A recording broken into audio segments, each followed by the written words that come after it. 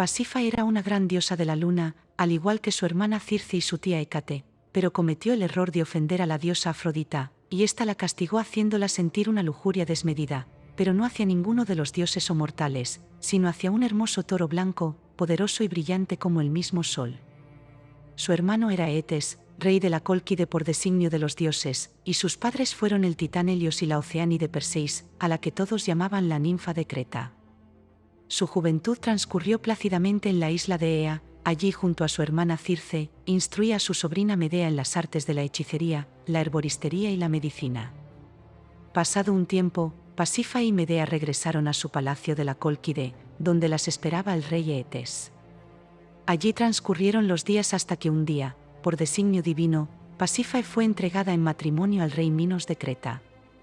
Entonces Pasífae, siempre obediente al designio divino, dejó atrás la Cólquide para navegar hasta Creta y contraer matrimonio con el rey Minos. Pero el reciente esposo de Pasífae tenía mucha tendencia a ser infiel, y después de haberse acostado con muchas mujeres, Pasífae no lo soportó más. Así pues, Pasífae, gran diosa de la luna y experta conocedora de la magia, elaboró un potente hechizo por el cual, cada vez que Minos se acostara con otra mujer, eyacularía criaturas venenosas en su vagina, matándola de esta horrible forma. Este hecho enfureció sobremanera a la diosa Afrodita, ya que las mujeres de Creta que habían tenido relaciones con Minos y habían fallecido, eran sacerdotisas de su templo. Además, la diosa Afrodita ya guardaba mucho rencor hacia Helios, padre de Pasífae, y contra toda su descendencia, desde que éste revelara a Hefesto, marido de Afrodita, su adulterio con el dios Ares. Asimismo, el dios Poseidón también estaba extremadamente furioso, ya que el hermoso ejemplar de toro que había regalado al rey Minos para que fuese sacrificado en su honor, había sido reemplazado por otro ejemplar, reservando el original para ser usado como semental en los establos del rey cretense. Entonces Poseidón y Afrodita elaboraron su venganza. Con su gran poder provocaron en Pasífae un irresistible deseo lujurioso hacia este hermoso y poderoso toro, regalo de los dioses. La pasión que Pasífae sentía por el toro la mortificaba constantemente, ninguno de sus hechizos surtían efecto en sí misma y estaba desesperada, tanto que buscó ayuda para cumplir su insaciable y abominable deseo. Entonces Pasífae acudió a Dédalo, el ingeniero de los dioses, el cual prestaba sus servicios al rey Minos. Uno de sus ingenios fue la creación de Talos, un autómata gigante hecho de bronce y que protegía a la Creta minoica de piratas e invasores.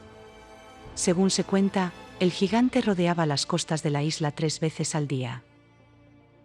Pasífae tuvo que superar su vergüenza y armarse de valor, antes de hacer jurar a Dédalo por todos los dioses que nunca confesaría a nadie, y menos a su marido, lo que estaba a punto de pedirle.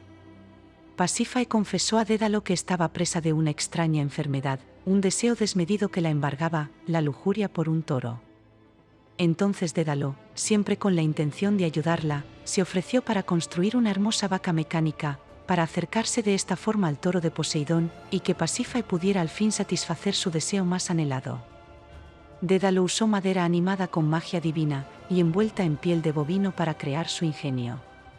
También le puso ruedas ocultas en sus pezuñas para ser transportada, y unas fijaciones para ser anclada al terreno. De esta forma la llevó a la pradera de las cercanías de Cortina, donde el toro de Poseidón pacía bajo las encinas, entre las numerosas vacas de Minos.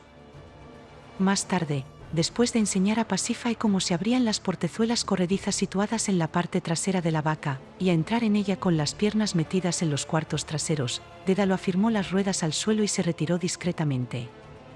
Pasífae, ya dentro de la vaca, se colocó en el prado donde el toro habitualmente solía pastar.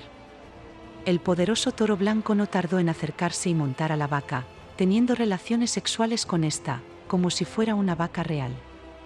Así, de este modo, Pasífae vio saciada su lujuria y satisfecho su anhelado deseo.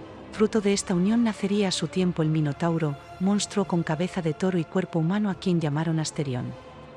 El rey Minos, terriblemente avergonzado por el monstruo que había engendrado la infidelidad de su esposa Pasífae, acudió a consultar al oráculo para saber cómo podía evitar mejor el escándalo y ocultar la terrible deshonra. La respuesta del oráculo fue que ordenara a Dédalo que construyera un laberinto en Cnosos y encerrara en este, tanto a Pasífae como al Minotauro.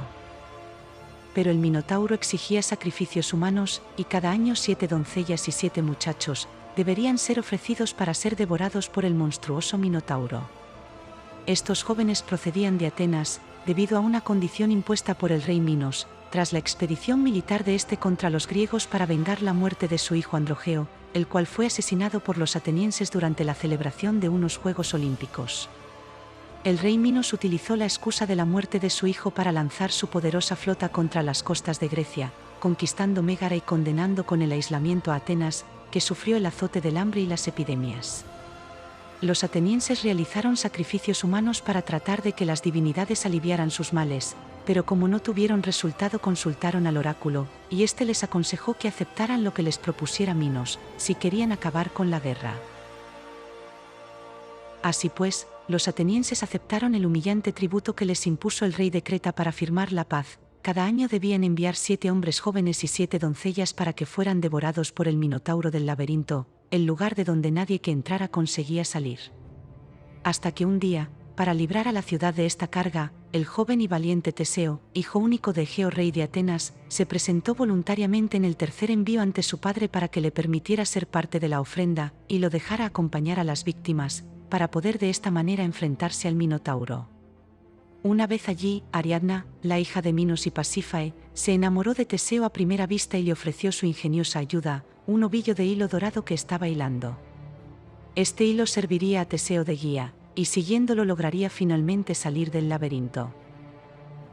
De esta forma Teseo entró en el laberinto y recorrió sus innumerables pasillos hasta encontrarse con el Minotauro, al que dio muerte a puñetazos y atravesándolo después con su espada. A continuación recogió el hilo y así logró salir del laberinto, para inmediatamente, acompañado por Ariadna y Pasífae, embarcar de vuelta a Atenas, después de hundir los barcos cretenses e impedir una posible persecución. Ariadna y Pasífae huyeron entonces con Teseo y desembarcaron en la isla de Naxos, pero Teseo abandonó la isla sin ellas, por algún motivo que se desconoce. Algunos afirman que Pasífae regresó al palacio de su hermano en la Cólquide, y siguió profetizando en su templo oracular. En cuanto al toro de Creta, origen de la pasión de Pasífae, se hizo extremadamente salvaje y devastó toda la isla de Creta, hasta que Heracles lo capturó y llevó a Grecia, donde finalmente sería abatido también por Teseo.